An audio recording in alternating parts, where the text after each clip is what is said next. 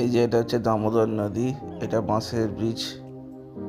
এই ব্রিজটা ক্রস করে ওপরে যেতে হয়। আমি আমার ওয়াইফ গেছিলাম, ওই ব্রিজটা দিয়ে আমরা মোটর সাইকেলে করে টপকে এলাম, 10 টাকা নিল। আর ওইটা হচ্ছে মুন্ডেশ্বরী নদী, এইটা দামোদর আসছে এদিক দিয়ে, আর এটা হচ্ছে দামোদর। এখানে আলু ক্ষেত আছে, দামোদর এটা। এই যে দেখতে পাচ্ছেন জল এখানে কম, আর মুন্ডেশ্বরী নদী। আমরা দুজনে এই যে এখানেই দামোদরটা আসছে ওখান থেকে। এটা মুন্ডেশ্বরী নদী, জায়গাটা নোংরা পিকনিক করেছে বলে।